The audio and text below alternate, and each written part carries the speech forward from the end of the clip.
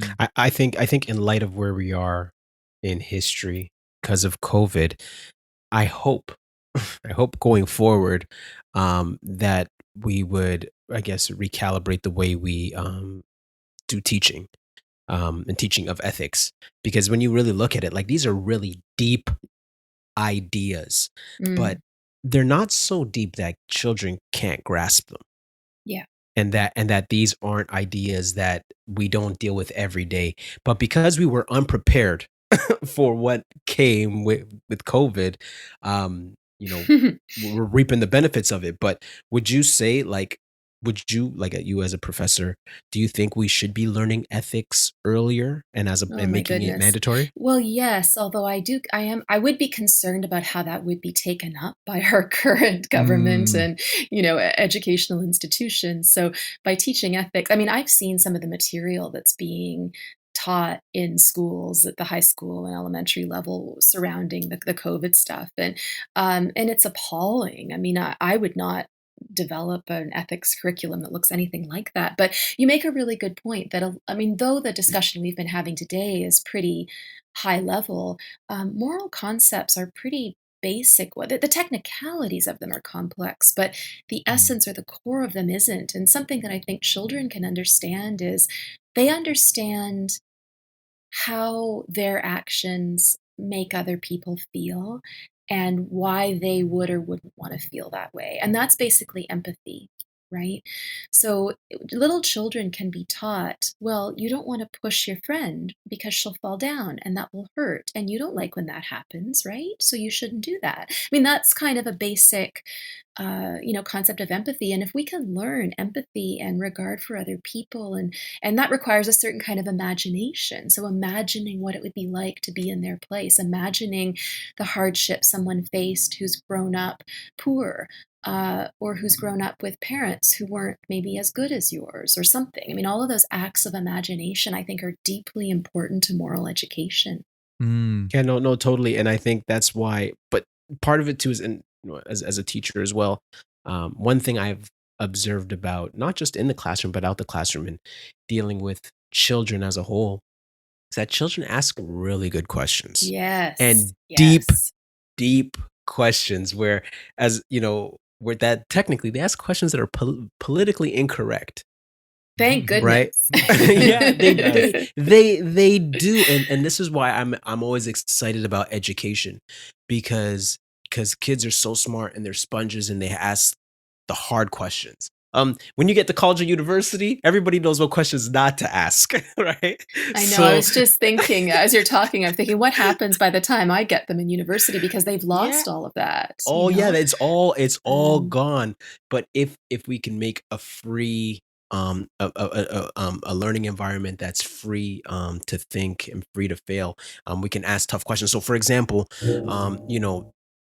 kids would be like, "Okay, well, what is" again, we of course, we talk about what is the good or where does good come from? Why is murder wrong? Why is stealing wrong? Where what makes when we look at history, why was, the enslavement of Black people a good thing? Why mm. was the extermination of the Jews a good thing? We'd be like, "Wait, what do Mhm. you mean?" Like, "Yeah, but it was a good thing. Like, killing Jews was a good thing. Like, enslaving Black people was a good thing." Well, why? Well, Mm. because the collective thought it was. I Now saw yeah, sorry, you go ahead, go yeah. ahead. No, no, go ahead, go ahead, go ahead.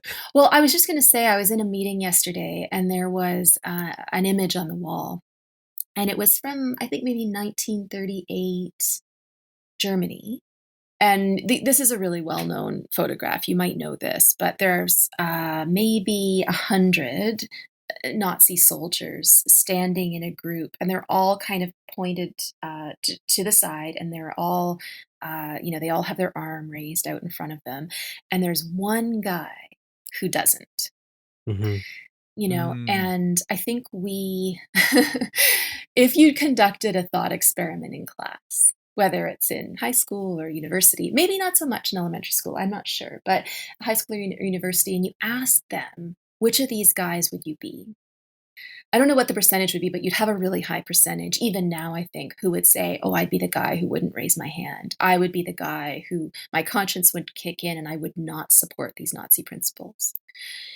What I think we're seeing is, you talked earlier about it's great with ethics when you can bring it to the real world and test these principles. What we're seeing with Mhm. this COVID situation is that, I don't know, 82% of us, I'm not sure where we're at or how you measure it, but a very, very high percentage of us are the guys with their hand Mhm. outstretched honoring Hitler. Mhm. And what's so important in society is that that it's a live option to us to think about questioning the herd and to consider going against the herd. It's not, I mean, challenging the common norm, it's not necessarily bad if you agree with the group, I don't think. It's not necessarily bad. The group might have the right answer, but it Mhm. doesn't necessarily have the right answer. Mhm. Right? Mhm. And that's why this is one of the problems with relativism, in my view, which is that if relativism, especially cultural relativism, if that is the right moral theory, then there is no room for dissenters or questioners within the group because the right answer is always just going to be whatever the group happens to think is right. So you can't say, well, hold on here a minute. I don't know if persecuting the blacks was really a good idea. They'll say, well, it's a good idea because we did it. And there's Mhm. no there's Mhm. no room for revisability or questioning. And that's where I think we've gotten to in society. And that is a very humbling, horrifying realization to be left with, that we are cultural relativism and collectivism playing out in a global laboratory. Yeah.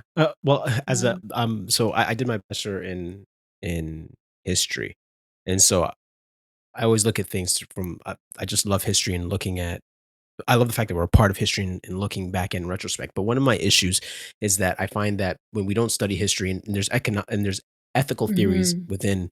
within history. So, for example, like the examples I gave about slavery and whether it's apartheid or the Mhm. Holocaust, we'll look Mhm. back and we'll presentize the past and we'll have like this chronological snobbery where we'll say we're better than those guys.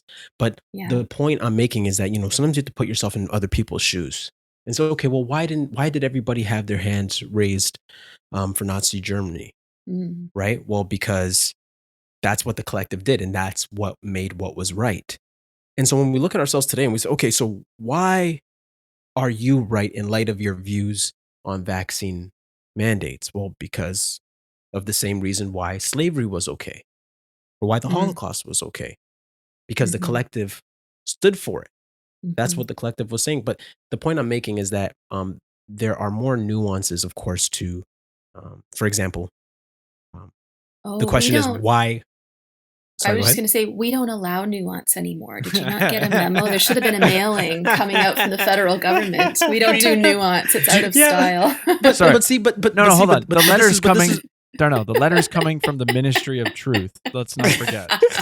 yeah, but There's see, a but this monopoly on that now, truth. Yes. right, right. But see, as a teacher, as an educator, if I'm teaching these as a history teacher, if I'm teaching these ideas, I'm going to say to my students, okay, how how were the blacks freed? What ideas liberated them? Mm. What ideas, you know, f- eventually, ended the Holocaust? What ideas ended apartheid? Hmm. What moral ideas over were able to overthrow these huge institutions?